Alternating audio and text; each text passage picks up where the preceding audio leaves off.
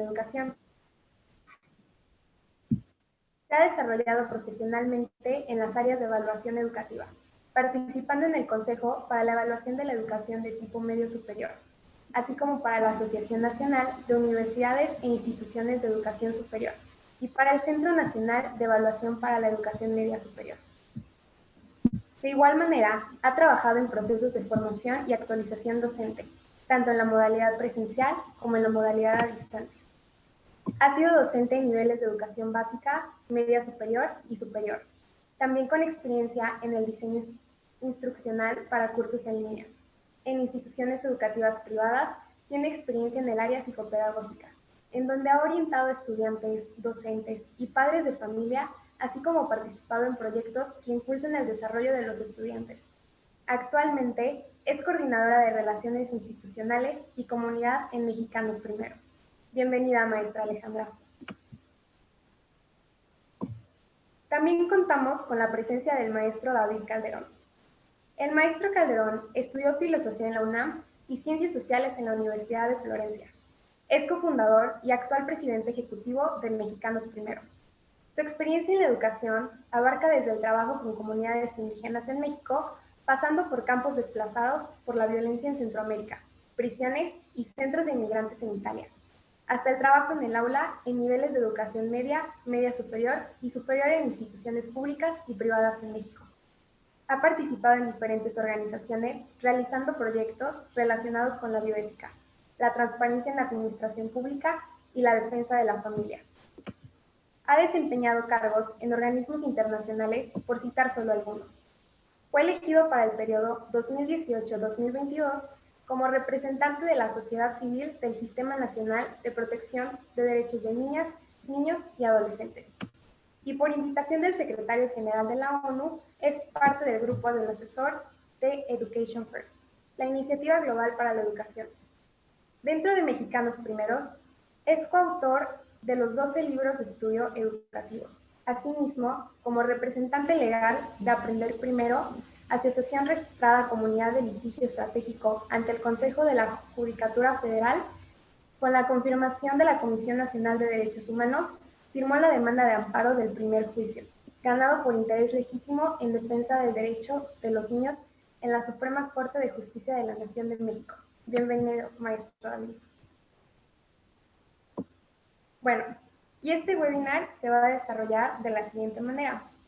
En primer momento, el maestro Calderón nos presentará algunos datos para comprender el contexto que se vive en la educación en tiempos de pandemia. Después, pasaremos a una participación alterna de nuestros invitados en los que les preguntaremos y cuestionaremos sobre los temas que nos conciernen. Y después presentaremos a nuestros ponentes algunas dudas que hemos recibido a lo largo de este webinar y recaudado de ya tiempo. Finalmente, cerraremos con nuestras conclusiones. Adelante con su presentación, maestro David.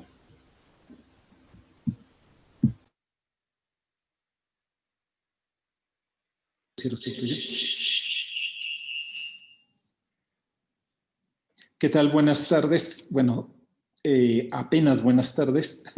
Muchas gracias por estar aquí en este seminario. Muchas gracias por la invitación.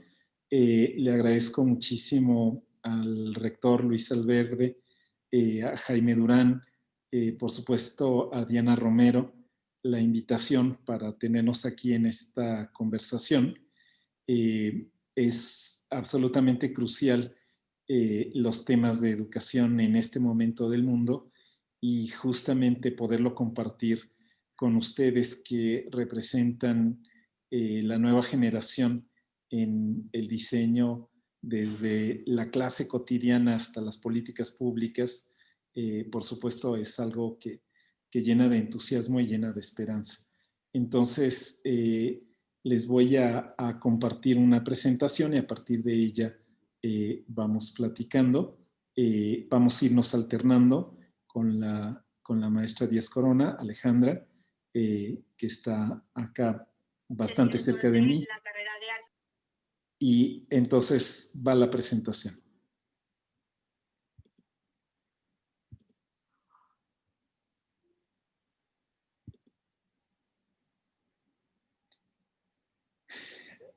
Nos invitaron justamente para estar conversando sobre ética, tecnología y educación durante la pandemia, por supuesto ligado a la educación.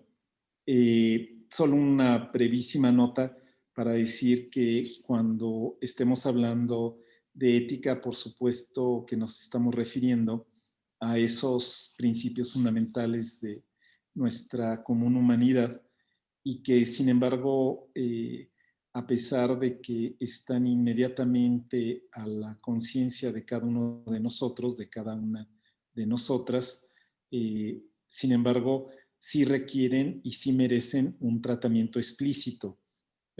A veces confundimos la ética con las buenas costumbres, la ética con los prejuicios de una época, la ética con simplemente tener buenas prácticas, y es algo mucho más profundo, es hacernos cargo de nuestra dignidad, hacernos cargo de la necesidad y de la orientación a servir al otro, que es constitutiva de los seres humanos. Así que, pues, mucho para hablar en esta situación del mundo. Entonces, justo comienzo por hablar de el momento que estamos viviendo.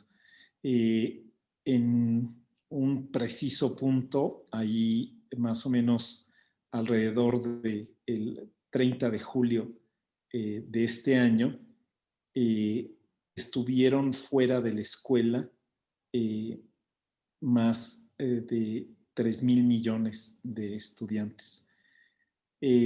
Nunca habíamos tenido una interrupción de la educación tan generalizada y tan profunda en todo el mundo al mismo tiempo, ni en la Segunda Guerra Mundial, ni en los momentos de pandemia muy graves en 1912 con la influenza española, tampoco en el pasado, porque en realidad pues los sistemas escolares eran solo para unos cuantos privilegiados. Apenas finales del siglo XIX, principios del XX, los países se metieron todos al esfuerzo de buscar incorporar, sin lograrlo, a toda la población, y entonces sí podemos hablar de sistemas educativos nacionales, pero nunca había habido en toda la historia de la humanidad una disrupción tan grande. Hay que decir que ningún sistema nacional estaba preparado, ni nuestros amigos de Escandinavia, que por mucho son los mejores sistemas escolares del mundo, o Nueva Zelanda, o algunas de las provincias canadienses, que tienen garantizada conectividad, que tienen garantizado un seguimiento personalizado de sus alumnos, ni siquiera ellos estaban preparados. E imaginemos lo que ocurrió con los sistemas escolares de América Latina, los sistemas escolares del sudeste asiático, del centro de África. Es realmente algo muy grave lo que ha ocurrido. El secretario general de Naciones Unidas, Antonio Guterres, portugués, sabe de qué habla. Antonio Guterres fue el responsable de los primeros servicios educativos en campos de refugiados, en los que yo pude participar, de hecho, en El Salvador, allí hablando de hace muchísimos años, justamente de 85 a 88, estuve trabajando en ese momento el sistema de emergencia más grande del mundo. Fui el responsable del servicio educativo en el campo de refugiados de Colomoncagua, los desplazados por la violencia en la guerra civil en Salvador. Y justamente Antonio Guterres, que presidía el ACNUR en esa época, el Sistema de Naciones Unidas para los Refugiados, me apoyó para el arranque del campo. Apenas éramos 4 o 5 personas en nuestros 20 años, en nuestros años 20, ya que hizo el rector, menciona nuestra antigüedad.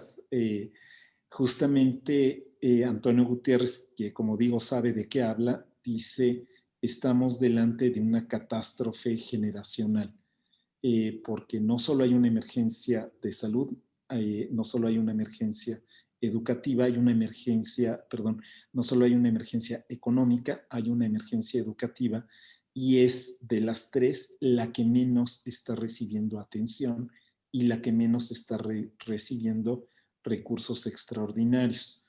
Eh, Hay que estar muy conscientes entonces que todos los sistemas de educación a distancia, todos, son una respuesta de emergencia y ninguno logra lo que se logra con la presencia. Nos engañamos, es una fantasía suponer que se logra a distancia lo que se logra presencialmente. Se acercan algunos aprendizajes, se mantiene cierta continuidad, pero por supuesto es una mediación que fue hecha, no diseñada desde el principio, sino es una adaptación, y pues hay de adaptaciones a adaptaciones.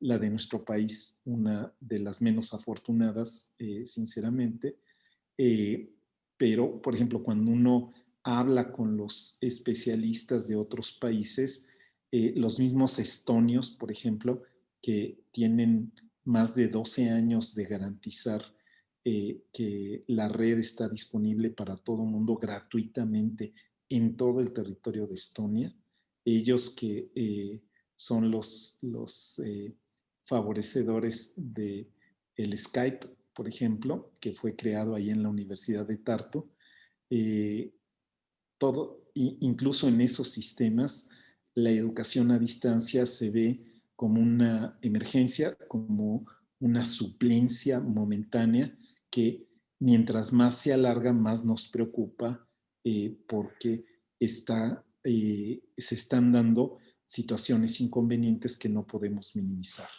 Entonces, paso ahora la palabra a la maestra Díaz Corona. Entonces, esto nos trae diferentes dificultades. Le tienes que poner tu micrófono. Entonces, esto nos trae diferentes dificultades. Entre ellas, por ejemplo, destacan las brechas de desigualdad. Estas brechas de desigualdad desafortunadamente se están acentuando y se están cristalizando. Estamos viendo y nos estamos definitivamente dando cuenta que no todo es para todos. Y hay comunidades en donde por más que haya un aprende en casa, no cuentan con televisión o cuentan con más de un hijo. Entonces, ¿cómo haces para cubrir toda la programación de acuerdo al grado? Entonces, esto nos damos cuenta que no abarca a todas las personas que debería de abarcar y que niñas, niños quedan fuera de todo esto. ¿Y qué decir de comunidades en donde ni siquiera hay luz? Entonces, ¿qué podemos pensar que haya conexión a internet? Entonces, ahí es donde nos damos cuenta que estas brechas se hacen cada vez más notorias. Y pues esto conlleva definitivamente, desafortunadamente, una pérdida severa y generalizada de los aprendizajes, porque hay niñas, niños que desafortunadamente no han estado en contacto con la escuela desde marzo, que no sabemos nada de ellos desde marzo, que si bien siguen en las listas, no están presentes, entonces están perdiendo sus aprendizajes y muchos de ellos van a sufrir incluso un retroceso en sus aprendizajes. Entonces, esto realmente es una situación alarmante y es algo que nos preocupa mucho. Hay también un incremento exponencial del riesgo de abandono. Definitivamente la escuela es un factor de protección altísimo para niñas, niños, jóvenes, y al perder este factor de protección quedan en altísimo riesgo de muchísimas cosas. Entonces podemos ver con esto que muchos van a estar ya dejando de incorporarse a la escuela y tal vez este ya fue su último año escolar.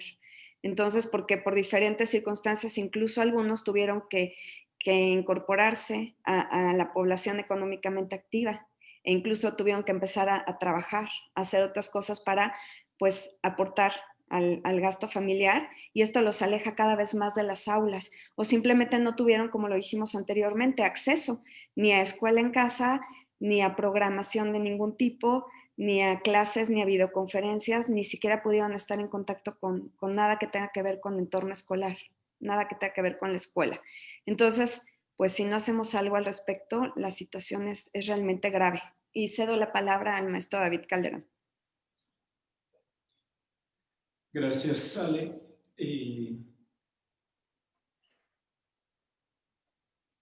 Decía, si le hicieras, gracias, que La situación es realmente difícil, la que estamos viviendo en México. Tenemos 256,000 escuelas de educación básica y media superior, y tenemos más o menos 30 millones de estudiantes de 0 a 17, es decir, desde educación inicial hasta bachillerato en todas las modalidades. Estamos hablando, por supuesto, de los inscritos. Para marzo ya no teníamos noción de 900,000 de esos estudiantes. Para agosto de este año, los que no han retomado el contacto se acercan a 4.3 millones de estudiantes. Es decir, estamos entre el 12 y el 13% de pérdida de contacto de todos los estudiantes del sistema educativo nacional. No estamos hablando de si están aprendiendo, es de ya no están con nosotros, ya no están en contacto con nosotros.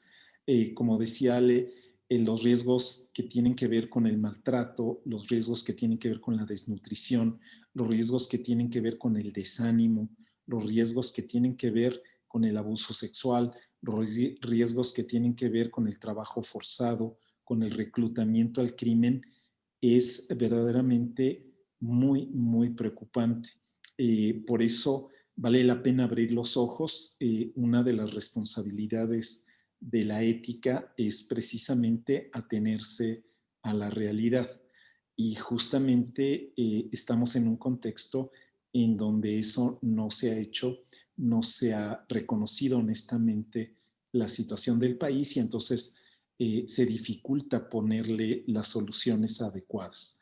Eh, Creo que esto nos debe interpelar a todos, por eso me parece muy importante que no minimicemos eh, todos los que estamos conectados en esta llamada. Solo por el hecho de estar conectados, somos enormemente privilegiados. Y esta mañana tuvimos nuestro desayuno, y esta mañana alguien nos dio los buenos días, que nos quiere mucho, y esta mañana pudimos recurrir a los sistemas de la tecnología, y eso nos pone en una situación increíblemente favorecida con respecto del resto de las mexicanas, de los mexicanos. El problema no es el privilegio, el problema es cuando el privilegio no se convierte en servicio. Entonces, les pido que estemos súper atentos a entender qué podemos hacer desde nuestro privilegio para estar al servicio de todas estas personas que se están quedando al margen. Las decisiones de política pública en México han sido parciales, han sido tardías y han sido excluyentes. Parciales porque no tocan a todos, han sido tardías porque hay una gran lentitud en las decisiones, hay un paso, digamos, por distintos escalones que preocupa muchísimo. Se detectan problemas, pero se reacciona a ellos muy tarde. Les pongo un ejemplo. La primera secuencia de Aprende en Casa, lo que se hizo de marzo a junio en programación televisiva, no solo no estaba preparado México para tener un currículum de emergencia, no solo no había digamos, el correspondiente en forma digital o en forma de video a todo lo que está en las actividades de los planes y programas de preescolar, de primaria, de secundaria, sino que además, cuando se crearon esta serie de programas de televisión, se recurrió a los conductores de la barra infantil de Canal 11. Pues ahí la verdad faltó bastante sentido pedagógico. No estamos hablando de una pequeña universidad de provincia, estamos hablando del Ministerio de Educación de nuestro país, un país de 120 millones de personas, un país de 30 millones de estudiantes. No se puede permitir reacciones tan malas como las que tuvimos. Y eso, ¿no? El hecho de que estuvieran conductores que hacen énfasis desproporcionados, que quieren hacer comentarios que les parecen chistosos, en un momento en que se requieren verdaderos pedagogos diseñando los programas, fue un desastre. Esta segunda secuencia, la que comenzó en agosto y llega hasta ahora, está bastante mejor en el sentido de que se trabajó ya mucho más con profesores frente a grupo, y ahora hay una pareja de un conductor de Canal 11 con un maestro, una maestra que auténticamente han estado frente a grupo. Sin embargo, el mecanismo sigue siendo el de una exposición solo frontal, el de una exposición en donde no hay interacción, en donde no aparecen nunca niños o niñas, a veces en algunos videitos sueltos, en donde hay una enorme falta de consideración por la diversidad cultural. Es el mismo programa para todos los niños del país a la misma hora. O sea, el sueño de cualquier sistema totalitario. Todos los niños de México de 9 años están esta mañana exactamente en las mismas 6 páginas del libro de texto gratuito, con la presentación de televisión que es la misma, pero la televisión no la puedes detener, no le puedes hacer preguntas, no interactúa contigo, no es tu maestro, no son tus pares, estás solo como niño ahí delante de la tele, una limitación enorme, y en ese sentido, por eso el tercer rasgo es excluyente. No solo está dejando fuera a los niños cuya lengua materna no es el castellano, uno de los derechos que reconoce la Constitución mexicana por los tratados internacionales es que como niño tienes derecho a hacer tu educación básica en tu lengua materna. Entonces, los primeros 9 años de un niño mexicano que no tiene lengua materna castellana debieran ser en su lengua, en el maya, en el náhuatl, en el purépecha, en el ayuk, que habla su gente, y sin embargo, pues esto sabemos que no es así. Lo que estuvo terrible es entonces cero programación televisiva en lenguas indígenas, cero programación televisiva que tuviera que ver con las diversas condiciones de discapacidad visual, auditiva. Hay lengua de señas mexicana que ya se pueden imaginar lo que significa traducir una explicación, por ejemplo, de despeje de variables en una ecuación en primero de secundaria. Entonces, hacen buenamente lo que pueden los intérpretes, pero claramente está desajustado con respecto de la necesidad. Lo que hizo México entonces fue apostar a los medios y no a los procesos, que todo niño tuviera su libro de texto en la mano, que todo niño en teoría pudiera conectarse a la televisión, pero no el proceso de aprendizaje. El proceso de aprendizaje que tiene como mediador central, principal, imprescindible a la maestra, al maestro del niño.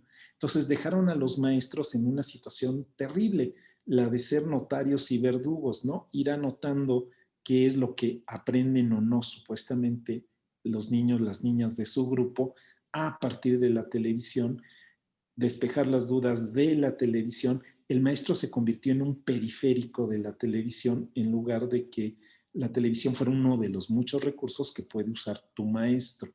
Entonces, en lugar de consolidar esa relación, buscar favorecer los contactos entre el niño y su maestro, lo que se hizo fue darle importancia solo a los medios. Entonces, hay también un acento en la selección y en la difusión de contenidos, pero no en el fortalecimiento de las relaciones de aprendizaje. Los contenidos pueden estar muy bien, no están, de hecho, los contenidos de hoy de la programación televisiva, la verdad, son bastante deficientes. Los que están en la plataforma están un poco mejor. Si ustedes buscan la plataforma Aprende en Casa, verán que algunos de los contenidos digitales ya están bastante mejor, pero por el otro lado, todavía siempre en esta lógica de paquetes que tú avientas de contenido sin contexto, sin una articulación, sin un llamado a la interacción que siempre es necesario. Así, las decisiones de política pública se pueden ver muy claramente en estas imágenes. Una de las cosas importantes es hacer que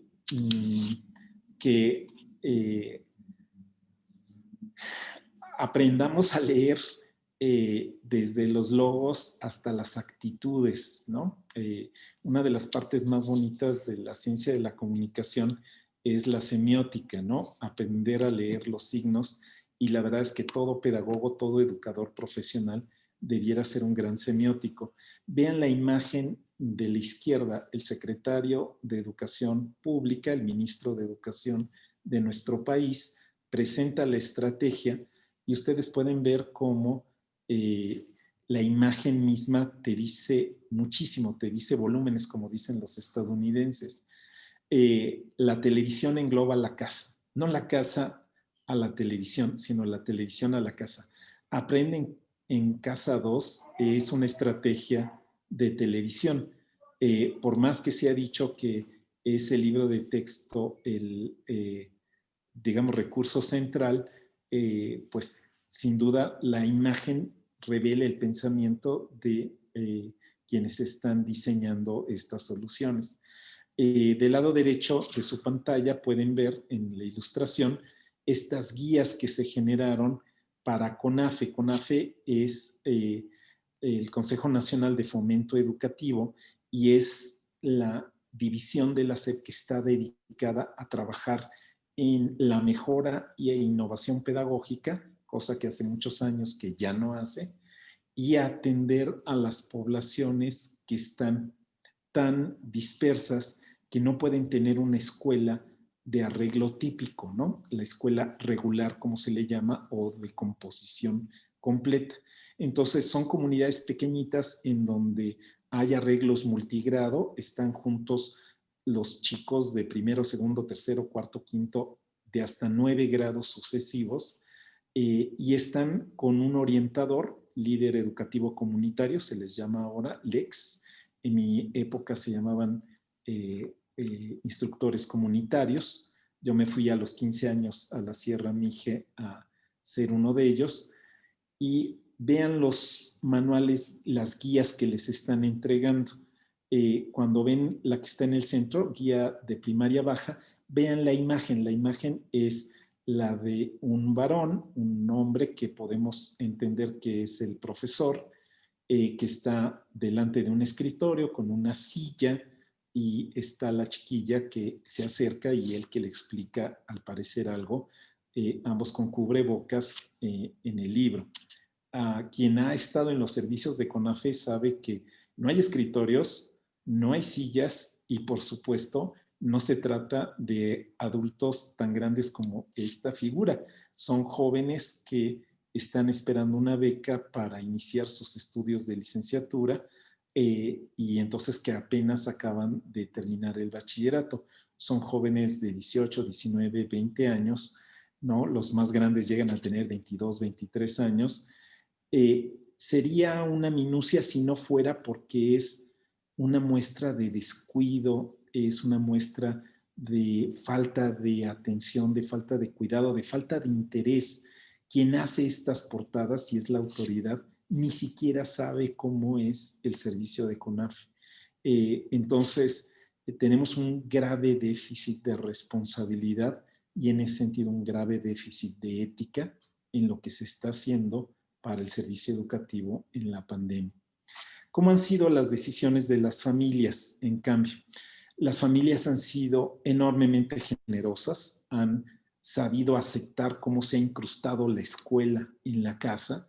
Ustedes lo han visto con la propia universidad, ustedes lo han visto tal vez con sus hermanos, sus primos más pequeños, como en la escuela privada, pues lo que ocurrió fue eso, que se incrustó la escuela en la casa, ¿no? Queriendo o no, es un cuerpo extraño, y sin embargo, pues los adultos adaptaron los espacios, adaptaron los horarios, quisieron, supieron hacerle espacio a los niños, y esto también ocurrió en la escuela pública, pero sin duda con improvisación y con desajuste.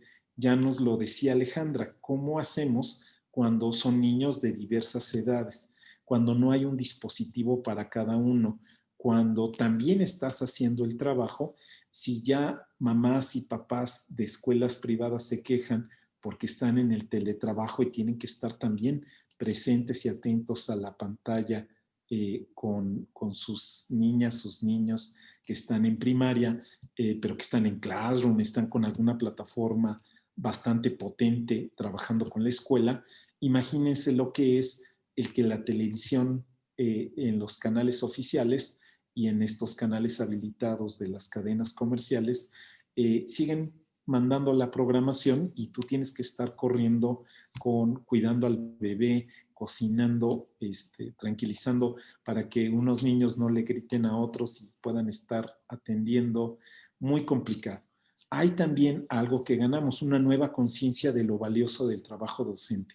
Hay un mutuo aprecio ahora entre padres y maestros que debemos aprovechar, que nunca debió haberse perdido, pero que habiendo palidecido, habiendo llegado como a sus mínimos históricos, ahora se ha vuelto bastante vigoroso.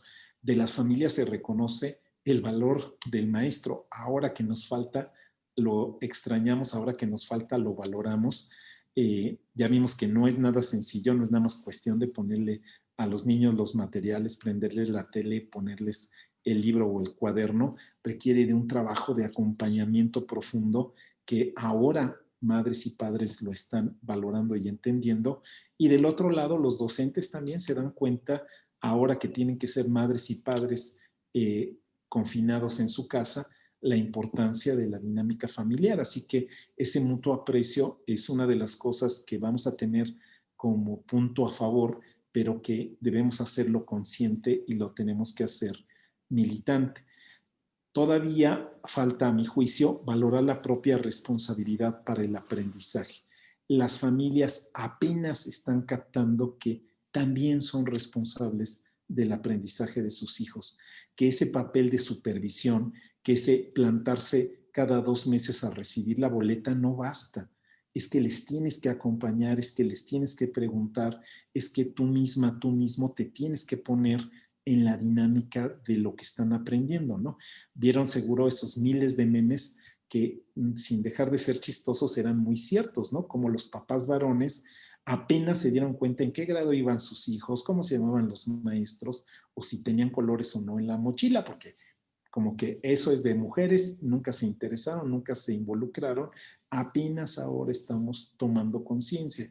Es momento de acelerar esa conciencia y decir, eres responsable del logro de aprendizaje de tus hijos. No tienes que dar tú la clase, pero tú tienes que saber qué clase de clase están teniendo tus hijos, en pública, en privada, en todos los niveles.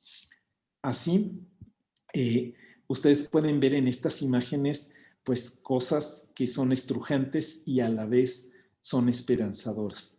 Estas son las casas de los niños, de las niñas de escuela pública mexicana, los muros pelones, los pisos muy sencillos, pero en todas las casas hubo como este esfuerzo de adaptarse, buscar a la televisión un buen lugar, medio hacer, digamos, este salón de clase virtual, sin el privilegio de tener una habitación propia para los niños, muy típico de los chicos de escuela privada, pero no de los chicos de escuela pública. Y pues también rompe el corazón ¿no? Estas imágenes en donde hay la mejor intención, pero tú ves eso, ¿no? El niño está pasivo, está tratando de imitar, está delante de la pantalla. Hay que recordar, la pantalla es una mediación, el libro de texto es una mediación. El programa de tecnología, el mejor, el más avanzado de los MOOCs, es una mediación. Solo la persona educa a la persona. Solo el ser humano educa al ser humano y la falta de contacto directo personal nos afecta. Esta pasividad es uno de los grandes lastres que tendremos que reparar, reconstituir cuando regresemos. Esta es la realidad de México. La foto de arriba, a la izquierda, el chiquito que está cerca del fogón y en su sillita, en su mesita, es una foto de The Economist, corrió por todo el mundo, incluso hubo quien dijo, ay, pobres los niños de Nepal. No, ¿cuáles niños de Nepal? Es un niño mexicano. El artículo refería a 4 o 5 países, entre ellos México y Nepal, y entonces el chiquillo se ve con los ojitos rasgaditos, pero es México, tampoco es tan lejos de la Sierra Norte de Puebla, aquí el clásico aceite 123 mexicano, y acá a la derecha ven la situación de una mamá en Oaxaca. Entonces, sus 3 niñas, ningún otro adulto, el bebé a la espalda, no hay luz aquí, no hay aquí radio o televisión, es estar haciendo las tareas que ocasionalmente pueden mandar a intercambiar con los maestros. Y este gran esfuerzo no va a quedar sin fruto, pero sin duda no va a ser suficiente y por eso tendremos que tener un plan súper vigoroso para recuperar, reforzar, nivelar los aprendizajes cuando podamos volver. ¿Qué papel juega entonces la tecnología? Muy rápido, 4 reflexiones. La emisión de contenidos no es aprendizaje. Ustedes, pedagogas, lo saben mejor que nadie. Aprender es apropiarse, es hacer propio, es incorporar, es una especie de segundo metabolismo. Yo incorporo al mundo y me expreso y transformo al mundo y eso es aprender. Si no hago las dos cosas, apropiar y transformar, entonces no he aprendido. Tengo alguna noción, tengo algo en la memoria, tengo consideración, medio domino algún procedimiento, pero si no lo entiendo, si no lo incorporo, si no lo apropio, si no es mío, si después del examen se me olvida, entonces no lo aprendí, entonces realmente no es aprendizaje. Así que tener un sistema que escupe contenidos por la plataforma, por la tele, por los libros de texto, por el telefonito, digamos, todas las plataformas que usen la tecnología de los teléfonos celulares, si son solo emisión de contenidos, no van a lograr el aprendizaje. Estos países que están tan avanzados en tecnología, Estonia, Finlandia, son países en los cuales hay un sano escepticismo de qué se logra en la dimensión digital y se esfuerzan mucho en buscar las experiencias prácticas y sobre todo las experiencias de servicio social de los niños a favor de su comunidad. El aprendizaje-servicio, que es la clave de la educación en Estonia y que hoy por hoy empieza a tomar su papel en Finlandia. Finlandia, este país que sale en todas las mediciones súper alto, es un país muy inconforme con su propia educación y que apenas el año pasado tuvo una gran reforma súper polémica, discutida hasta el vértigo en el Parlamento, para hacer el aprendizaje mucho más ligado al juego, a la intuición y al servicio. Y todavía nosotros nos seguimos peleando con los temas de evaluaciones mínimas y contenidos. Las tecnologías entonces nos acercan al riesgo de la pasividad, a que sustituyendo el modelo de la clase frontal y del maestro experto, entonces ahora sea el aparato experto y de nuevo el aprendiz pasivo. Las tecnologías, al no estar incorporadas, tienen un papel muy menor del que podrían lograrse por la poca experticia del maestro. Si el maestro no los tiene como sus instrumentos, sino lo tenemos como alternativa y a veces como bypass del maestro, o sea, el maestro mexicano no sabe y entonces vamos a brincarnos al maestro mexicano y a mandar los contenidos directos. Eso fue el Waterloo de ese proceso que se llamó enciclomedia, que al no sumar a los maestros como protagonistas, fracasó miserablemente porque gastamos muchísimo dinero, los contenidos estaban bastante bien, pero los maestros no se sintieron interpelados a mediarlo. Si no hay tampoco incorporación de las familias, si no hacemos que la abuelita sea experta en WhatsApp, si no hacemos que la mamá domine el Classroom, si no hacemos que el papá sepa programar con C++, tendremos una incorporación de la tecnología muy limitada para el aprendizaje. Una última consideración sobre la tecnología. La tecnología no tiene capacidad por sí misma de hacerse contextual. Es siempre genérica. Entonces, las soluciones de WhatsApp son para todo el mundo. Las soluciones de Classroom son para todo el mundo. Si tú le das la misma dieta a personas que tienen metabolismos diferentes, el aprovechamiento es diferente. Exactamente lo mismo pasa con el aprendizaje, porque hay un efecto diversificado. Si tú tienes emisión única, si tú tienes canales únicos, si tú tienes un formato no contextualizado, entonces los resultados van a ser tan diferentes como diferentes son los aprendices. La capacidad de mediar, la capacidad de lograr la equidad educativa, la capacidad de personalizar, solo la puede tener otra persona, el educador profesional. Por eso, lo que nos muestra la pandemia es son insustituibles los educadores profesionales, aquellos que los forman y los acompañan, y por eso ya bien decía el rector, como nunca se hace urgente, se hace necesario, se hace de seguridad nacional tener buenos pedagogos, buenas pedagogas. Me voy muy rápido a la respuesta en las instituciones particulares. Muy poco trabajo en red. Las escuelas particulares, cada una, como decimos vulgarmente, se rascó con sus propias uñas y eso significa que están condenadas al fracaso en el mediano plazo.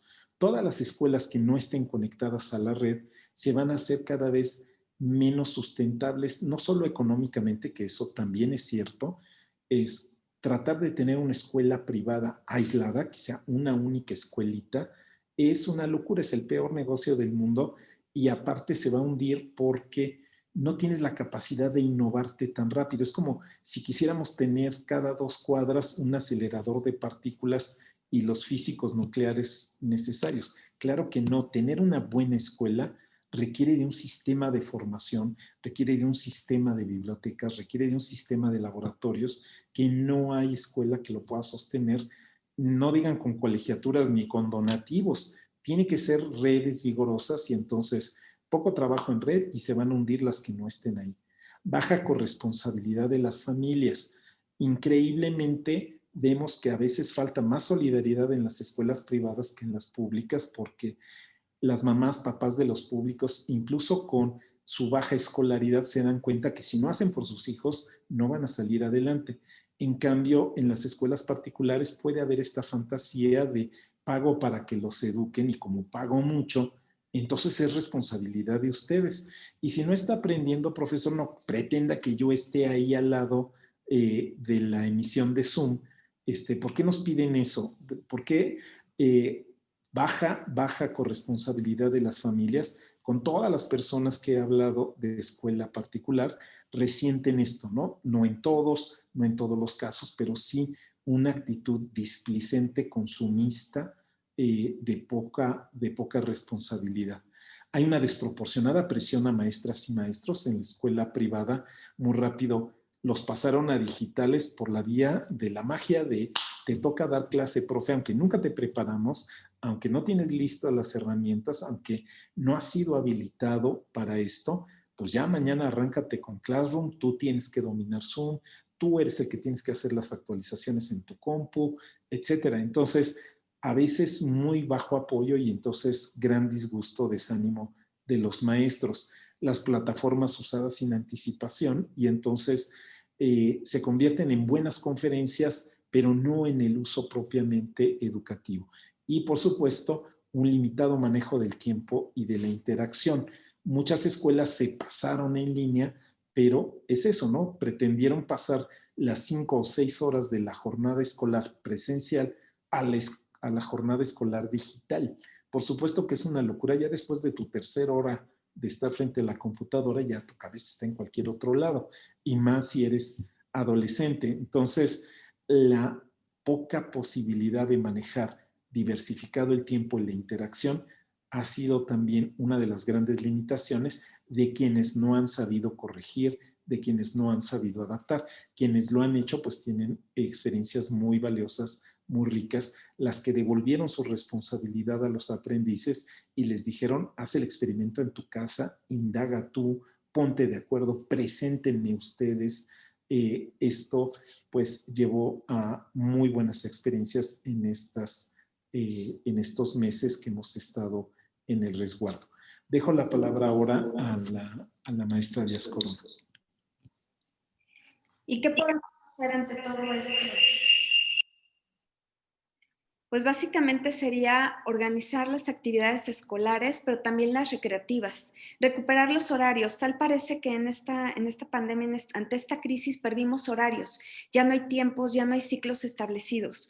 Ya en ocasiones las niñas, los niños están durmiendo mucho más tarde, entonces eso hace que no se levanten a tiempo.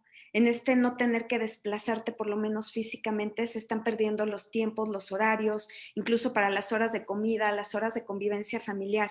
Entonces, esto al final lo que trae es un desajuste muy fuerte. ¿Por qué? Porque estamos perdiendo ciclos biológicos, porque estamos haciendo que nuestro cuerpo entre en una crisis adicional, porque ya no tiene esa estructura que necesita. Entonces, es como muy importante organizar actividades, que haya un orden, que haya una estructura dentro de todo, porque eso le ayuda a las niñas y a los niños a poder pues cumplir mejor con sus actividades y tareas escolares. También generar un ambiente pacífico, limpio y relajado. Qué difícil, ¿no? Porque como bien dijo ya David, tal pareciera que de repente metimos la escuela adentro de nuestra casa, metimos el teletrabajo en la casa, entonces estamos invadidos. Literal, esa es la sensación que tenemos. Nuestros espacios, nuestros tiempos están invadidos. Entonces, qué difícil es, ¿no? O sea, qué difícil es tener un ambiente en donde es incluso propicio para el aprendizaje, que haya una buena iluminación, que hayan sillas cómodas. Vemos entonces que también ya la postura, sostener estar sentado o estar en una misma posición o con poca movilidad durante mucho tiempo. ¿Y qué pasa con una mesa en donde hay una mesa y tiene que haber papás haciendo teletrabajo, tiene que estar el estudiante? Entonces, por más que hayan audífonos y necesita haber una interacción, nos interrumpimos unos a otros. Entonces, tratar eso, en la medida de lo posible, de generar un ambiente pacífico, un ambiente que sea educativo, que propicie el aprendizaje, que esté limpio, que esté relajado. Qué importante esta parte de mantenernos ante todo relajados en este momento de crisis, porque al final es lo que transmitimos a las niñas, a los niños. A veces les contagiamos este estrés laboral, ¿no? Que sufrimos. Siguiente, por favor. Mantener siempre la comunicación con los maestros, esto es muy importante, ya sea mediante correo electrónico, WhatsApp o cualquier otro medio digital. Y quienes no tienen este medio digital, pues algunas veces algunos docentes se han dado a la tarea de visitar hogares, de visitar para estar en contacto y dar un seguimiento a sus estudiantes y saber en dónde están, cómo están y si están pudiendo seguir los contenidos y qué necesitan. Qué importante esta cercanía, porque al final eso es lo importante, sentirnos cerca y que aún en toda esta lejanía virtual sentamos la cercanía de poder consultar nuestras dudas, de los padres, de las familias, poder estar conscientes del desempeño que tienen sus hijos. Justo lo vamos a ver en la lámina después, de justo, siguiente por favor, de justo poder darnos cuenta de esto, de conocer sus avances, de cómo van, de si están aprendiendo, de si hay evidencias de este aprendizaje, qué importante es, ¿no? Y más allá también reconocerlo. Qué importante es reconocer el esfuerzo que todos estamos haciendo y si lo estamos haciendo como adultos, cómo lo estarán haciendo y cómo se están portando como campeonas y campeones nuestras niñas, nuestros niños, nuestros adolescentes. El esfuerzo es mayor aún. Entonces, reconocerles los avances, los logros, compartirlos, celebrarlos en familia. Cuidar las emociones. No dejemos, por favor, de lado, no centremos todo en contenidos y dejemos de lado la parte socioemocional, estas competencias socioafectivas que también son tan importantes. Están muchos de nuestros niños, de nuestras niñas privados de el contacto con otros, que es esta parte social que nos da tanto aprendizaje. Entonces, tratar en la medida de lo posible de que estén lo menos aislados, cuidar estas emociones, también en familia contenernos. También más adelante vamos a ver la importancia de cuidar hasta los contenidos que les llegan, cuidar las noticias, estas noticias que alarman y en ocasiones desinforman, cuidar en Internet la información a la que tienen acceso, porque recordemos que no todavía tienen el criterio de selección para saber qué es falso, qué es verdadero, qué es correcto, qué es incorrecto. Entonces, no dejemos de tener esta mediación con ellos, de esto, justo de estos contenidos de Internet, de lo que hay en la red. Y siempre que sea con una mediación e interacción, pues en la medida de lo posible de los maestros, pero también de las familias. Qué importante que se sientan cuidados y acompañados. Siguiente, por favor. Animarnos a leer, ¿Por qué no recobrar todo esto y la importancia de estos tiempos tan valiosos en familia?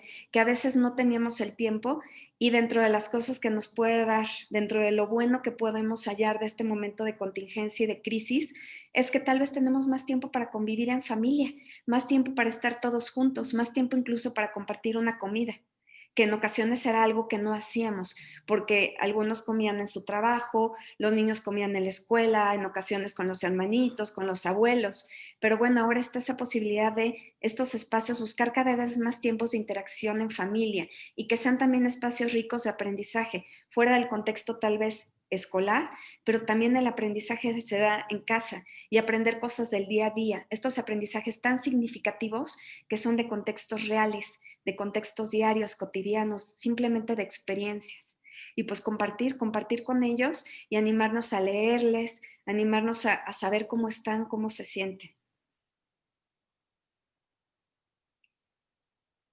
También motivarlos a preguntar, esta curiosidad, que es el principio del aprendizaje, esta curiosidad por investigar, por aprender, por adquirir nuevos conocimientos. Y es muy importante ahorita que les demos conocimientos incluso vivenciales, que les enseñemos cosas del día a día, cómo cambiar un foco, que es algo que nos está ocurriendo ahorita, cómo hacer un arroz o cómo cocinar un arroz. E incluso podemos aplicar ahí hasta principios de la física.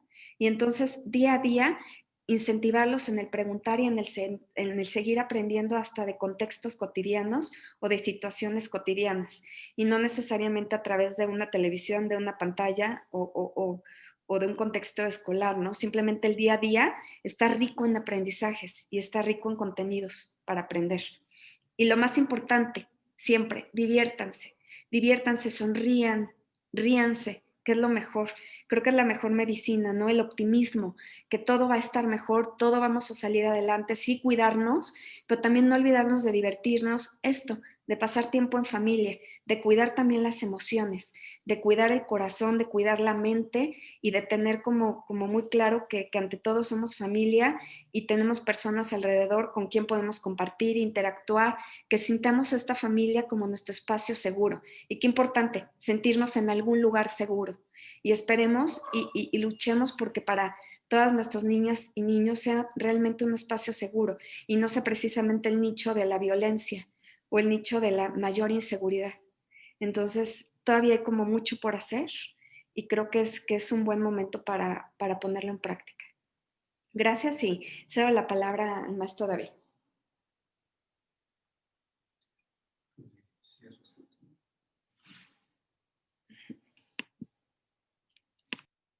Muchas gracias, Alejandra.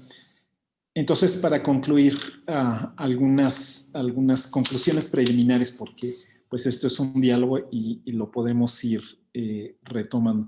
Hay que renovar ante todo el sentido del aprendizaje. Planes y programas con ese exceso enciclopédico típico de México, de América Latina, de la cultura occidental, tiene que cambiar. El sentido del aprendizaje es poder ser, poder actuar, poder convivir, y eso tiene que ver con habilidades, tiene que ver con competencias, tiene que ver no con cuánto llega a mí, sino cuánto de mí soy capaz de poner en común, de transformar el mundo que me rodea, de transformarme a mí. Entonces, el sentido del aprendizaje tiene que renovarse para poner entonces el acento en lo fundamental, que salgamos de esta pandemia con grandes habilidades de lectura, de escritura, de expresión oral. Es mucho más importante. En estos 9 meses les prometo que no ha cambiado el número atómico del helio y a nadie le ha pasado nada por no saberlo.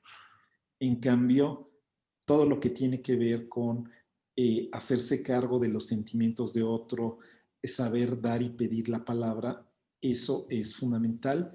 Así que renovar el sentido del aprendizaje. Después, reconocer que la pandemia deja desnuda esta realidad de la educación. Aprendemos con otros y aprendemos de otros. Solo la persona educa a la persona.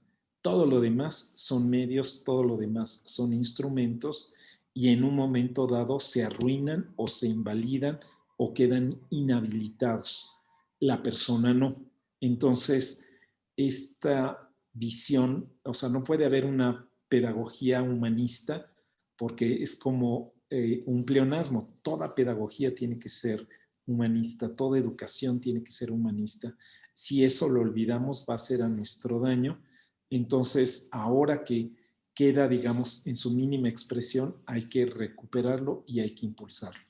Hay que renovar el pacto educativo de familias y maestros. Antes que profesores del CENTE o de la SEP, los maestros de México son los maestros de sus comunidades, son los maestros de sus familias. De nuestras familias salieron y a nuestras familias vuelven, y eso no lo tenemos que olvidar, eso lo tenemos que reforzar en todo el país, este pacto entre familias y docentes en todos los niveles, desde universitario hasta inicial, es de los saldos positivos que tenemos que capitalizar. Finalmente, tenemos que exigir a las autoridades regreso oportuno. Regreso oportuno no es lo mismo que regreso prematuro, no es lo mismo que regreso irresponsable, no es lo mismo que regreso improvisado. Ya saben que en esta discusión sobre cuándo regresar entran los factores políticos, entra el cálculo de si aparezco mejor o peor, de si el presidente lo aprueba o lo desaprueba, si el gobernador se le pone al brinco al centro o no. Esto, la verdad, es lamentable porque los adultos siguen pensando en los beneficios que se intercambian o que se quitan unos a otros y no están pensando en los niños. Hay que exigir que regresemos cuando haya que regresar, pero tenemos que prepararnos y hay formas para hacerlo. Es el siguiente punto, probar con la presencialidad intermedia. Todos los países que han regresado exitosamente, que no están abriendo y cerrando de golpe, como Francia o el sistema de Nueva York, que son sistemas muy grandes, pero que faltó esta visión de hacer las cosas gradualmente y entonces tienen grandes aperturas y grandes cierres. A diferencia de eso, tenemos los modelos de Estonia, de Alemania, de Uruguay, que pasaron siempre por presencialidad intermedia, por etapas escalonadas, ¿no? Empezando por tutorías personalizadas, encontrándose, por ejemplo, el niño y un adulto significativo de su casa con el maestro por 2 horas, con la enorme distancia que fuera necesaria en un parque, en la misma escuela, lo que está haciendo el estado de Jalisco aquí en México, y a partir de esas tutorías recuperar la conexión presencial, tener habilitados puntos de contacto. Apenas esta propuesta que le hicimos al secretario de Educación ya la mencionó en una conversación este domingo públicamente, que es habilitar los espacios públicos que tienen buena red para que se usen gratuitamente y haya voluntarios o personas asignadas que funjan como facilitadores, monitores y que canalicen para dudas, para no necesariamente sobre los contenidos que los estudiantes estén viendo, pero un lugar al que tú puedas llegar con tu dispositivo, tu computadora, y que no te cueste la red. Recordemos que estamos en un momento en donde la gratuidad de la escuela pública mexicana se está yendo a los suelos porque todo el mundo, maestros y alumnos, están pagando su voz y datos y ha faltado muchísima visión del gobierno y muchísima solidaridad de la iniciativa privada a este respecto. Entonces, empujar estos puntos de contacto en donde las grandes oficinas de gobierno están cerradas y la red ahí que pagamos entre todos está muerta de la risa sin usarse. Entonces, recuperarlo y empezar a funcionar con microescuelas. ¿Qué es esto de las microescuelas? Que en espacios de personas que ya se conocen, que saben que están manteniendo el control riguroso, digamos, del contacto para que éste sea seguro.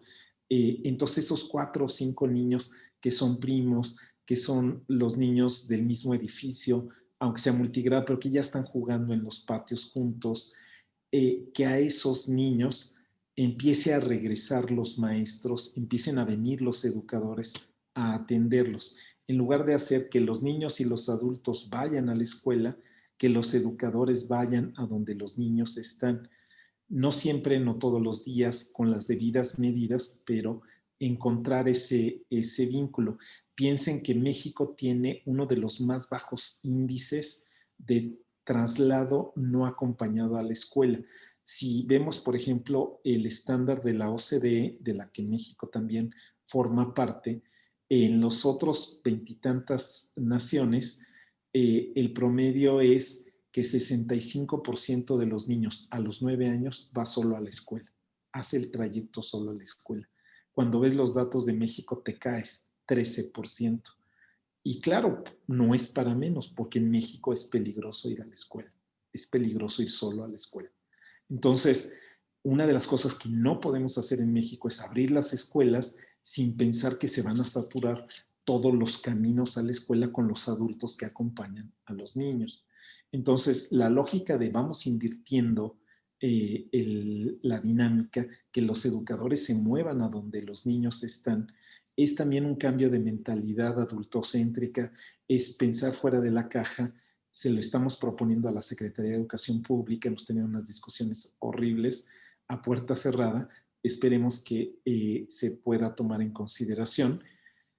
Siguiente punto, prepararnos para recuperar los aprendizajes que se lograron y que no están en ningún programa, los que ya se decían, ¿no? Nos hicimos mejores personas, crecimos como personas en este encierro y entonces hay que recuperar, hay que hacer explícitos esos aprendizajes, hay que hacer la metacognición de qué significó empezar a cocinar, compartir las tareas de limpieza, tener paciencia, aprender a cuidarte, todas la lógica del autocuidado que nos ha exigido la pandemia es un aprendizaje valiosísimo que aparte se puede conectar con la biología, con la física, como ya nos lo decía Alejandra. Entonces, recuperar, reforzar donde hay lagunas y nivelar, ¿no? Los niños van a llegar, los jóvenes van a llegar muy disparejos.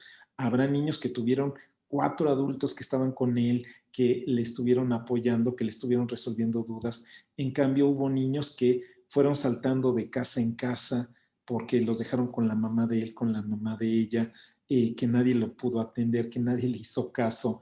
Hay niños que vivieron con mucho temor, hay niños que no tuvieron ningún límite, estuvieron comiendo azúcar como locos, estuvieron durmiendo a cualquier hora y entonces van a llegar como frijoles saltarines al salón de clase, mientras que otros van a llegar temerosos y deprimidos.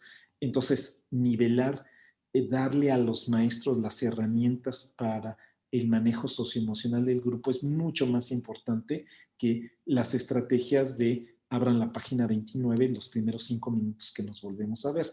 Ese educador va a fracasar, necesita hacerse cargo de esa bienvenida que necesitan sentir sus estudiantes. Finalmente, entender qué toca para el mundo del futuro, lo esencial, competencias, la persona actuando, la persona siendo más persona, la persona desplegando su potencial.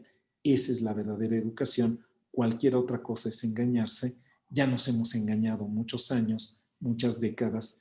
Es momento de aprovechar lo poco de bueno que tiene la pandemia, que esta irrupción nos permite regresar, pero no a lo mismo. Aquí concluimos nuestra presentación y estamos listos para el diálogo. Muchísimas gracias a ambos por darnos tanta información muy relevante para nosotros. Listo, Diana o Marijose, no sé qué sigue. Vamos a pasar a las preguntas. Sí, bueno, la primera pregunta, que nos la menciona nuestro vicerrector, que va dirigida hacia ambos, es: ¿qué opinión les merece el modelo de educación híbrida con alumnos presenciales y a distancia simultáneamente, concretamente en la educación superior?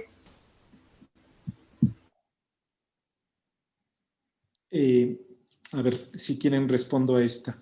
Este modelo combinado de presencial en una misma sesión, una parte del grupo presencial y otra a distancia, requiere, como todas las adaptaciones, de mucha generosidad y requiere de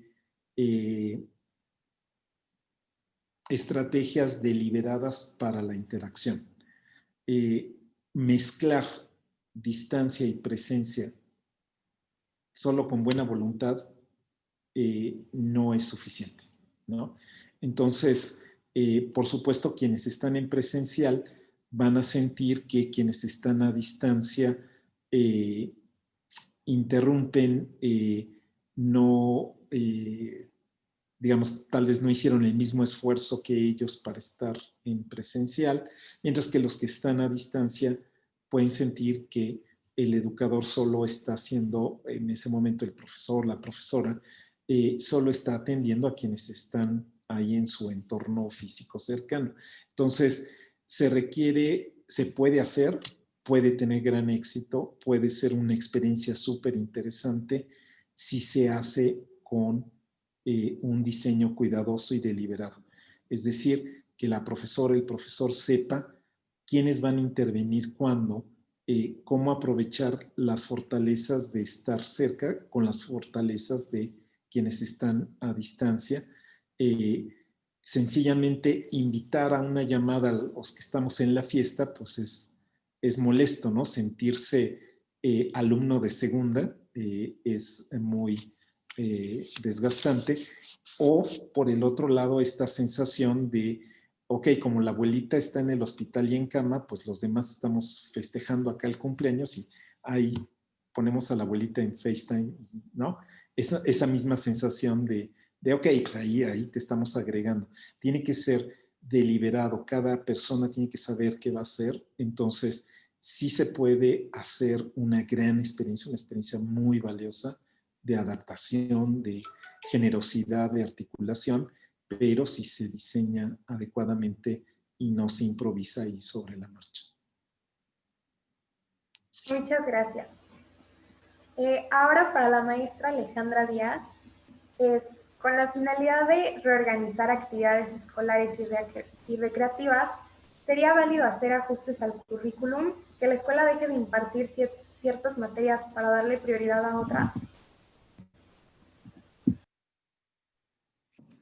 Pues aquí lo importante no es el énfasis en los contenidos. Creo que justo en este momento no podemos centrarnos o el énfasis no debe de estar en el contenido. Al final tenemos que preocuparnos porque los estudiantes desarrollen las competencias. Nunca olvidemos que los contenidos al final son un pretexto per se para que el estudiante desarrolle las competencias necesarias y requeridas para la vida, para poderse incorporar y hacer frente a las demandas de la sociedad contemporánea. Es para eso. Entonces, bien, si bien en algún momento tenemos que renunciar a alguno de los contenidos, el énfasis no está en ellos. El énfasis debe de estar en el desarrollo de competencias y nunca dejando de lado cosas básicas como el trabajo por proyectos, rescatar estas nociones básicas que siempre debieron de estar, trabajo por proyectos, trabajo colaborativo, el portafolio de evidencias, que al final es una forma de evidenciar que se están desarrollando estas competencias, que se están logrando los aprendizajes, que se están alcanzando los aprendizajes. Entonces, tener estos portafolios de evidencias y tener distintas métricas que no sean necesariamente exámenes. Eso también estamos viendo que no necesariamente aplica en este contexto. Puedes evaluar por proyectos, puedes evaluar con un portafolio de evidencias y muchas otras cosas que en este momento podemos poner en práctica. Aparte tenemos también las plataformas digitales, y qué importante, ¿no? Siempre las hemos tenido, pero antes eran como privativas de la opción virtual, que siempre estuvo ocupando esto y siempre ocupó pues plataformas para videoconferencias, pero también plataformas para su mediación digital, para tener incluso montados un montaje de todas sus unidades, foros de interacción. Eso siempre estuvo presente, pero nosotros lo veíamos como lejano porque al final éramos de la modalidad presencial. Entonces ahora nos damos cuenta que hay una sola y que en cualquier momento las cosas deben de cambiar y que el docente es un eterno aprendiz. Entonces tiene que tener conocimiento y en esta parte de su formación continua, conocer estas diferentes pues plataformas y estas diferentes estrategias. Y entonces ahora es cuando puede decir, yo sigo haciendo trabajo por proyectos. Entonces un proyecto incluso transversal, en donde yo vea que puedo hacer cruces con otras materias. Entonces ahí estoy atendiendo también la transversalidad, los cruces curriculares. Entonces, qué importante es, porque estoy atendiendo aún más la formación integral del estudiante y el desarrollo de estas famosas competencias genéricas, ¿no? Que son transversales a todas. Entonces, de esta manera podemos ver cómo podemos seguir trabajando por proyectos como plataformas como Zoom, nos permite hacer grupos pequeños, entonces podemos trabajar por pequeños equipos y luego concentrar entre todos ese gran aprendizaje. Entonces, herramientas tenemos, recursos tenemos, hay que ponerlos en práctica y no dejar nunca de lado que pues al centro está el aprendizaje y no tanto los contenidos. Y muchas gracias. Realmente concuerdo mucho con lo que nos acaba de decir y es muy interesante eso. Y tenemos otras dos preguntas. Una es para el maestro David Calderón y es, si a usted, el secretario de Educación, le hubiera pedido una propuesta en marzo de este año para hacer frente a la pandemia con las escuelas cerradas, ¿qué hubiera propuesto? No, no es un hubiera, sí me propuso, sí me pidió. Sí me pidió y no me hizo caso. El tipo de trabajo que hacemos en Mexicanos Primero implica un contacto constante y así permanente, muy intenso, frecuentemente bastante áspero, entre la Secretaría de Educación Pública y nuestros planteamientos. El planteamiento que le hicimos fue precisamente el de tener un gran esfuerzo de formación continua de los docentes para adaptarse a la nueva situación, principio uno, y dos, el no poner este acento en la programación televisiva, sino el contacto entre los alumnos y el maestro. Eh, esa, digamos, esa visión, la verdad es que no ha prevalecido, lentamente se va haciendo paso. Esta vez nos pidieron ayuda para el diseño de la evaluación, entonces la circular de la evaluación básicamente la escribimos nosotros y finalmente estamos avanzando hacia el tema de que en los consejos técnicos escolares este espacio para que los maestros se preparen, planeen lo que viene hacia adelante, nos están ahora, digamos, pidiendo nuestras observaciones, pero sí, básicamente lo que le pedimos al secretario en su momento es dejar, dejar el desgaste que significó televisión educativa. Fue una locura, tuvieron que hacer miles de programas, los hicieron mal, se enfermaron de COVID, una gran decisión irresponsable, digamos, de política pública que no estuvo acompañada de esta confianza en las personas, una confianza fundada en que los maestros mexicanos querían hacer algo por sus estudiantes, lo hicieron.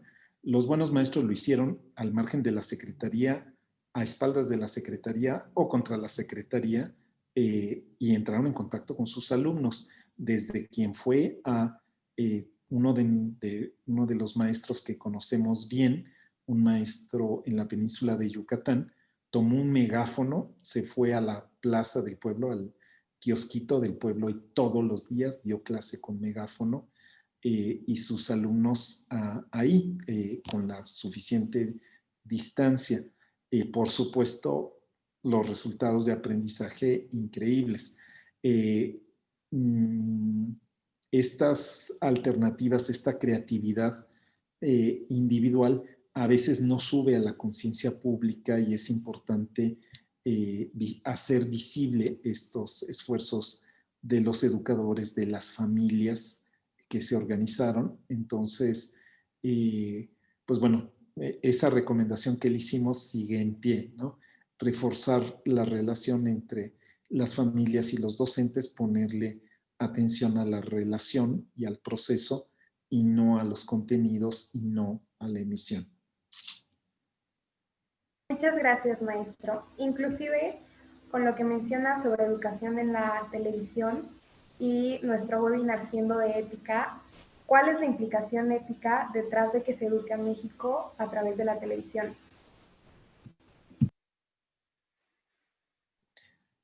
Pues ciertamente todos los instrumentos tienen un valor ético ligado a las personas que usan los instrumentos, ¿no? Justamente cuando lo podemos ver muy claramente con lo que han sido los avances de la física, ¿no? Cuando Einstein y Heisenberg vieron todas las posibilidades de la fisión nuclear, por supuesto que se espantaron y buscaron esquivar, pero de ese conocimiento salió las bombas atómicas, pero también de ese conocimiento viene el uso de la energía nuclear que sacó adelante digamos, del desastre económico y social en el que estuvo a Japón, por ejemplo. Eh, pero vuelve a ser cíclico, ¿no? Y después el desastre que tuvieron ecológico cuando se dio, pues, este desastre en la planta nuclear. Entonces, lo que no quiero es que, digamos, satanicemos por sí mismo a la televisión, ¿no? O sea, fue una mala decisión. Ha sido una decisión que tenía que servir a la equidad y a lo que ha servido es a acelerar la inequidad, pero en sí misma la televisión es solo un instrumento, ¿no? Sí tiene, como se ha usado, como se está usando, sí tiene implicaciones éticas como, digo, ¿no? El tratar de mantener un sucedáneo de clases en lugar de auténticas clases a distancia con tu maestro y con tus pares, ¿no? La gran divergencia que van a tener los niños de escuela pública con respecto de la escuela privada es que en la mayor parte de los casos en la escuela privada estás aprendiendo a tu ritmo con tus pares y con tu maestro, mientras que en la escuela pública estás aprendiendo al ritmo que va, estás aprendiendo solo y no estás aprendiendo con tu maestro. Entonces, ese diferencial es un diferencial de inequidad que es una grave responsabilidad ética. Y la pasividad de identificar a la televisión como, digamos, el espacio de comunicación social típico, pues va a tener también implicaciones éticas en esta generación que después como los despegas de la pantalla, ¿no? O sea, el hecho de que propiciemos que estén pegados a la pantalla después nos va a costar trabajo que sean más críticos con respecto de lo que se dice. Pensemos sencillamente en lo que ocurrió en Estados Unidos, ¿no? Una decisión muy fuerte y muy polémica, pero muy significativa de el valor de la conversación cívica fue cuando las cadenas de televisión, incluso las que favorecían la visión del presidente Trump, sencillamente cortaron el audio cuando esta persona siguió diciendo cosas que claramente no tenían fundamento en la realidad, ¿no? Una gran lección cívica para todo un pueblo, ¿no? Mientras que nosotros tenemos conferencias en las mañanas en las que se pueden decir 16 mentiras y así eso continúa. Entonces, va a haber implicaciones éticas, o sea, un gran trabajo de los educadores de esta generación va a ser decirle a los niños, aunque en un momento dado fue lo único que teníamos, tienes que ser crítico con respecto de la televisión, ¿no? Cuando se inundó nuestro pueblo, estuvimos comiendo solo atún en lata para tener un paralelo, ¿no? Nada más que si siempre comes atún en lata, o sea, qué bueno que no nos morimos de hambre, pero si siempre comes atún en lata, te va a dar cáncer, porque como está procesada el alimento, hace que el mercurio, que ya de por sí está en la carne del atún, entonces se active a través de los metales de la lata. Así que deja de comer atún en cuanto puedas. Eso en paralelo hay que decirle a los chicos de hoy, ¿no? En cuanto puedas, deja de ver la tele, ¿no? Deja de ver la tele y veamos la tele y seamos críticos con lo que la tele nos presenta. Muchas gracias por su respuesta. Considero que también va de la mano con la siguiente pregunta que le vamos a hacer, que es, dentro de este rezago que se tendrá en la educación básica y media superior, ¿cuáles considera que serán los retos que tendremos que atender en la universidad con estos alumnos que se irán incorporando en un futuro? Pues sin duda eso, ¿no? Yo creo que algo que también ya venía ocurriendo, casi todo profesor de licenciatura lo ha experimentado, claramente las autoridades lo saben, que los cursos iniciales son cursos remediales. Fin. No, es que no hay manera de considerar que la sola selección que representa un examen de ingreso te puede generar la base común de capital cultural y de conocimiento y de actitudes que requiere un universitario. Ya la escuela no da eso, ni siquiera la combinación de escuelas particulares da eso, ¿no? Entonces, tienes dos actitudes posibles a mi juicio. O te peleas con eso y les dices a tus alumnos, qué limitados, incapaces, mala onda, ustedes niños, vean qué mal llegaron, o sabes que estás al servicio de ellos y dices, ok, vamos trabajando. Entonces, no doy por supuesto nada y entonces no te digo, ¿cómo no leíste la Odisea? No, es que ni sabes qué es la Odisea probablemente. Entonces, nada, acabas de aterrizar de otro planeta, déjame introducirte en la cultura humana, nos vamos a divertir como locos, vas a ver la herencia de tus ancestros, te voy a poner en contacto con los mejores hombres y mujeres que han estado en este planeta. Y básicamente empiezo casi de cero. Entonces, eso nos va a pasar con esta generación durísimo, porque ciertamente su proceso va a estar tan interrumpido que lo que se va a esperar de la universidad es una recuperación que si quieres arrancar, como digo, con los cursos 01, tal cual como fueron diseñados los planes de estudio originales, no nos va a funcionar. Necesitamos hacer todo un proceso de recuperación y de nivelación que pues va a ser toda una aventura. Nos retrasa, sí, pero te retrasa más no considerar esa realidad, ¿no? ¿Quieres avanzar? Pues estás avanzando con 3 de tus alumnos. Entonces, no, mejor eso, ¿no? Como digo, decir, estamos refundando la República, estamos reiniciando el reset de toda la cultura en cada curso y vamos juntos a aprender muchísimo. Yo creo que va a ser el modelo de lo que la universidad le toca desde ahora, pero sobre todo cuando estas generaciones de educación básica empiecen a llegar a universidad.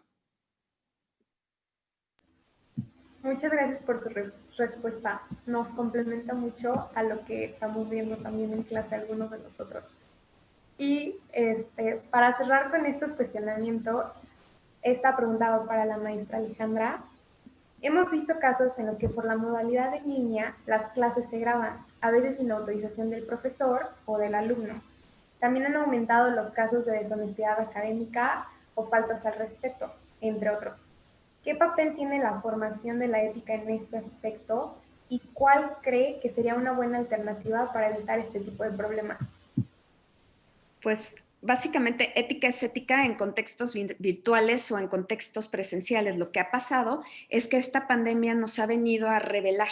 Ha sido como una época de revelaciones. Nos ha venido a mostrar muchas cosas que no se veían y que no salían tanto a la luz, porque esas mismas agresiones, esas mismas faltas de respeto se venían dando en los salones de clase, pero no estaban visibilizadas y no estaba esta denuncia y no estaban estas redes sociales para darle vuelo, ¿no? Entonces, hemos visto que esto simplemente lo que ha venido es a ventilar, como abrir la coladera, ¿no? Y a ver que hay cosas que tenemos que ir reforzando y trabajando, como qué, y respondiendo a qué se puede hacer al respecto. La ética por delante. Yo creo que deben de haber normas de convivencia. Toda convivencia debe estar regulada por normas, básicamente por un respeto. Entonces, ¿qué nos parece si al inicio de clases lo que hacemos es estas normas de convivencia en un salón de clases, en un entorno escolar? Entonces, ¿qué nos parece si participamos todos para que de esta manera nos involucremos, sea algo solidario sea algo democrático, entre todos lo decidamos, se llegue a un consenso y entonces ya que están las normas de convivencia, ahora sí todos estamos obligados a cumplirlas. Entonces ahí ponemos el acento en qué debe y qué no debe pasar y mutuo, del docente a los estudiantes y de los estudiantes al docente y entre estudiantes. O sea, eso es como súper importante. Al final son como las cuatro paredes, ¿no? Los cuatro lados del respeto, de la empatía, de valores que deben de estar siempre presentes en un salón de clases y que yo creo que es muy importante normar y normar esta convivencia y hacerlo hasta por escrito. ¿Y qué tal si ese compromiso se refrenda y lo firman, ¿no? Para que todos estemos involucrados en ello. Sí, muchas gracias. Como usted menciona, la ética y el respeto son dos cosas que van muy de la mano, tanto presencial como virtualmente. Y bueno, ya para terminar, a manera de conclusión, ¿creen que nuestros invitados nos puedan dar un último mensaje para quienes todavía continúan en este webinar? Comenzamos con usted, maestra Alejandra. Perfecto. Lo que yo les podría decir es que como docentes tenemos una gran responsabilidad y me sumo porque una vez docente, siempre docente.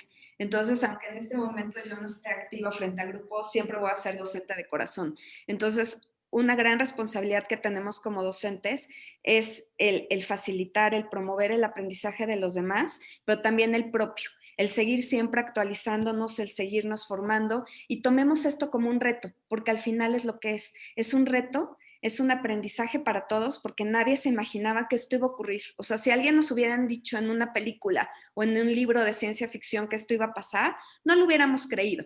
Hubiéramos dicho, no, ¿cómo va a pasar? ¿Y cómo va a venir algo que nos encierre a todos y que nos distancie a todos y que nos tenga con miedo a todos? Sí, sí pasó.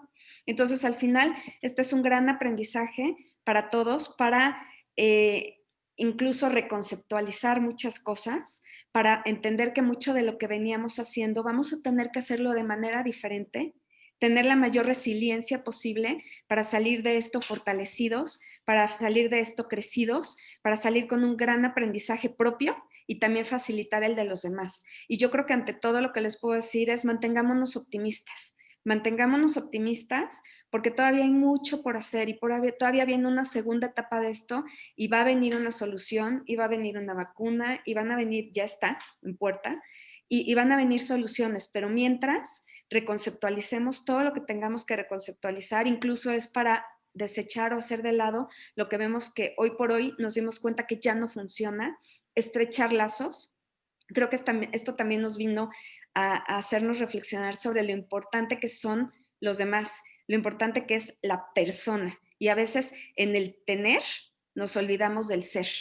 Entonces, qué importante es recuperar el ser y no el tener, ni en cuestiones económicas, ni siquiera en acumular aprendizajes. Es en ser, en potenciar nuestro ser lo más que podamos. Y pues eso, mantengámonos actualizados, mantengámonos bien informados, seamos muy críticos y muy analíticos para no caer en paranoias, pero tampoco caer en descuidos, esa delgada línea. Entonces, seamos muy críticos, muy analíticos con todo lo que estamos recibiendo, sigamos cuidándonos, mantengámonos optimistas y pues esto va a pasar, todo pasa. Entonces, esto también pasará. Gracias. Muchas gracias, maestra Alejandra.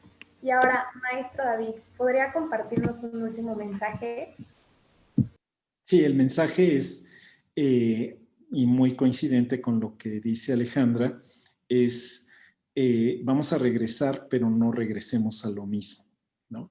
Hay cosas que no valen la pena, hay cosas que ya dieron lo que podían dar, hay cosas que no sabíamos cómo quitarnos de encima. Ya, esto es como una especie de tsunami y entonces hay que cambiar, digamos, la decoración, ¿no? O sea, teníamos así un barecito de playa y no nos gustaban algunas sillas, ya, o sea, hay que hacer todo nuevo.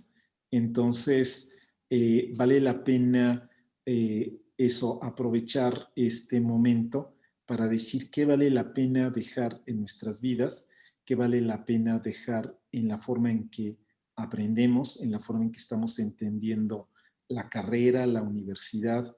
Yo regresaría a este llamado que hizo el rector de entendamos que si antes era importante que hubiese quien se dedicara a la educación, ahora es más importante que nunca, ¿no?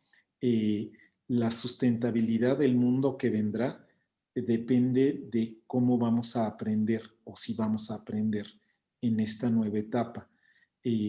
Los médicos, las enfermeras, las médicas y los enfermeros nos van a sacar de no usar respirador, nos van a sacar de no contaminarnos o no contaminar a otros.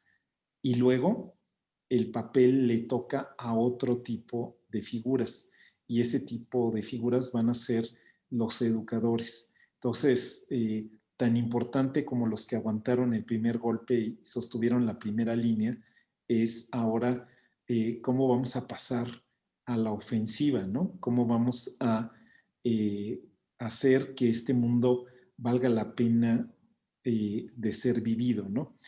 Ellos nos ayudaron a sobrevivir. Ahora a vivir plenamente, ¿quién nos va a ayudar? Ese es el papel de la pedagoga, del pedagogo en el mundo contemporáneo y es una enorme responsabilidad. Y ya no se reduce a la escuela, es en los sistemas sociales, en las empresas, en los gobiernos, personas que sepan qué significa aprender, cómo auténticamente se aprende, cómo aprenden personas diferentes, cómo hay distintos aprendizajes, es más que nunca necesario para salir adelante porque ya no, las respuestas del pasado pues ya no aguantan.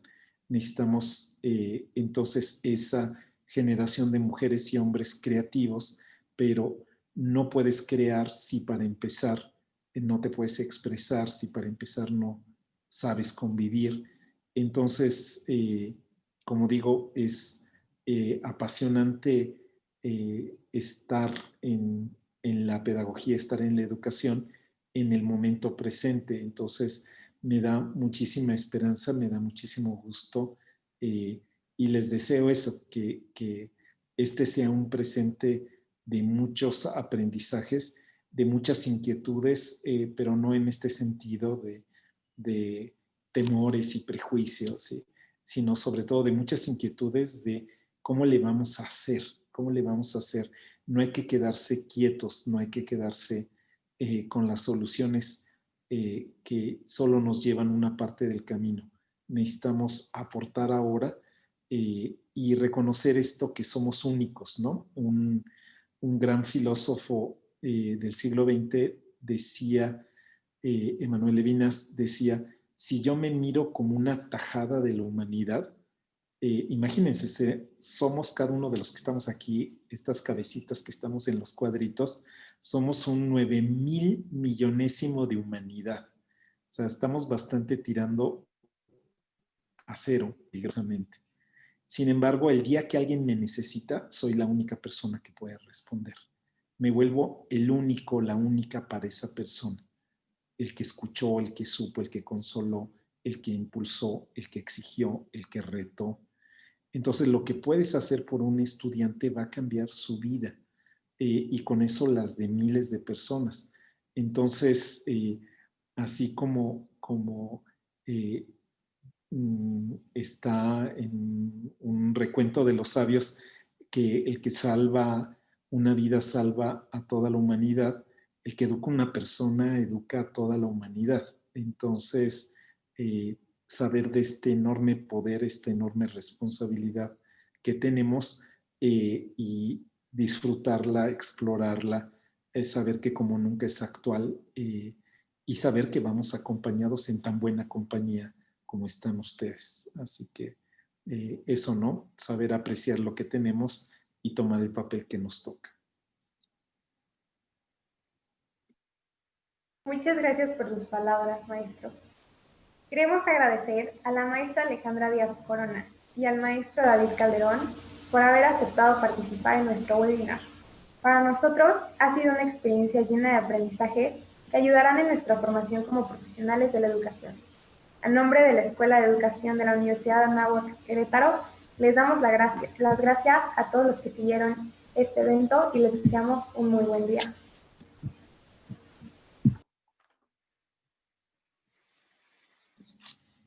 Muchas gracias. Buenas tardes.